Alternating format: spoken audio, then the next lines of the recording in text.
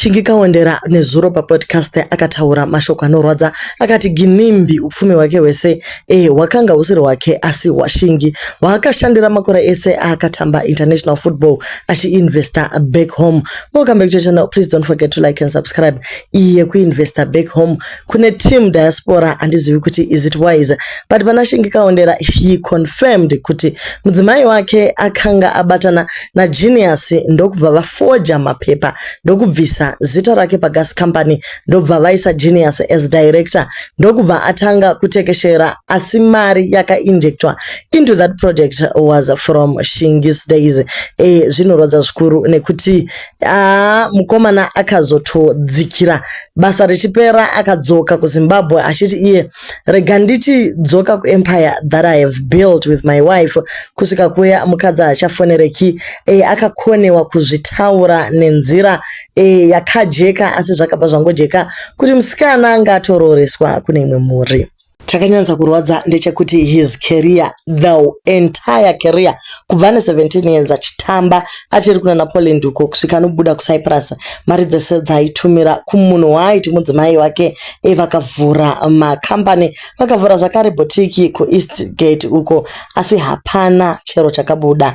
Musikana anga asachatobatiki asachatodi kana kutaura nezvekwaKaondera.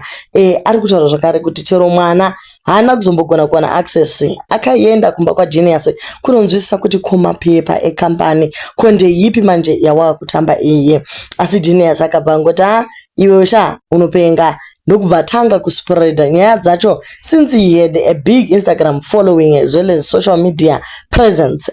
Akabva angotanga kuburitsa mashoko ekuti Shingi Kaondera akupenga vanhu vese ndobva vangomanya neiroro Shingi wopenga asi Shingi anga asina kupenga. Ari kuti he decided for his peace to walk away from all that wealth yese that Ginimbi amassed besides mama allegations ekuromba nezvese imari yaShingi. Imi munoziva guys kuti international football inobhadhara zvekudaro pane pachibuda 1000 na 1000 pavhiki rega rega. Kana munhu akati changama anoisumudza imba iya inenge ya Genius in a very short space of time. So ndo zvinoratidza kuti Genius akaba mari yemukomana.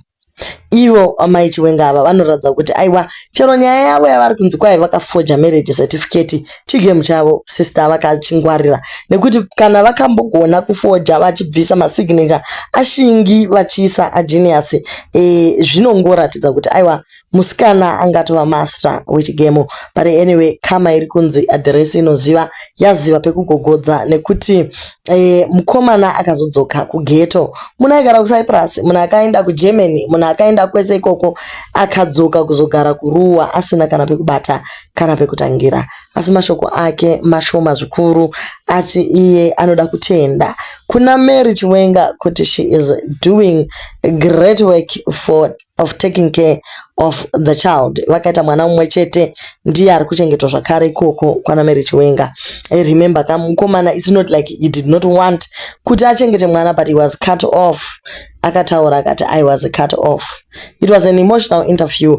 Iriko kwa DJ Wala uko munogona kuona zviri ikoko but yeah. Asi anyway ukagara pasi ukazvifunga kuti aripi Genius nhasi wealth yacho iyoyo iripi ukagara zve ukaona kuti Mary wacho uripa hai vachiita chikoronyera semhuri zvii zvakadaro zvinenge ngozi zvinoti kusemesa zvakaoma. Please do leave your comments on what you think panyaya yedu iye tobva tamhanya zvakare ku novel narratives Zim novel narratives tine nyaya dziri kwekoko dzinotapira ndini zvakare ndinenge ndichimanya nemiko kuya tichikura tese platform yedu ikure titende nekuti imi munodiwa nechiri pakadzikadzika pemoyo wangu.